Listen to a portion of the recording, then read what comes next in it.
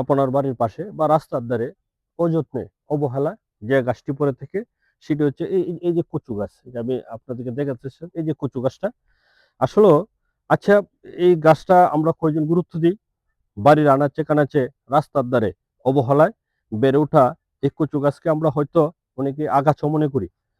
আমরা এই যে কচু গাছটা আপনার দেখায়, দেখে আমরা অনেকে আসলে আগাছা হিসেবে মনে করি। কিন্তু আপনি কি জানেন এই সাধারণ কচু গাছ আমাদের শরীরের জন্য কতটা অসাধারণ? আচ্ছা, আমি আসলে এই কচু গাছ সম্পর্কে কিছু গুণাগুণ আজকে আপনাদের সামনে তুলে ধরবো। এই কচু গাছের যে দেখেন, এই যে কচু গাছের এই যে পাতাগুলো আছে, এটা কচু শাক বা আমরা যাই বলি না কেন, এটা লতি হয়। লতি, এতে প্রচুর পরিমাণে আয়রন, যা আমাদের শরীরের রক্ত শূন্যতা দূর করে ম্যাজিকের মতো কাজ করে।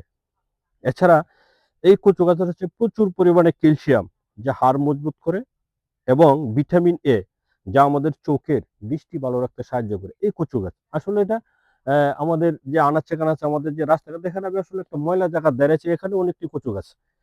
এই এটা হচ্ছে সবচেয়ে মজার ব্যাপার কি জানেন? এটি পেতে আমাদের খুব একটা টাকা খরচ করতে হয় না, এই কচু গাছ। অথচ অনেক দামি সবজির চেয়েও এটা পুষ্টিকর বেশি। যারা ভাবেন কচু গেলে গলা চুলকায়, তাদের বলছি, রান্না করার সময় সামান্য লেবু বা তেঁতুল ব্যবহার করলে ভয় আর থাকবে না।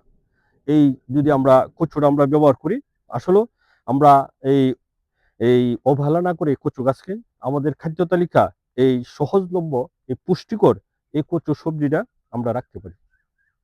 সুস্থ থাকুন, দেশি খাবারের গুণ সম্পর্কে জানুন। ভিডিওটি ভালো লাগলে অন্যদের শেয়ার করে জানিয়ে দিবেন। ধন্যবাদ।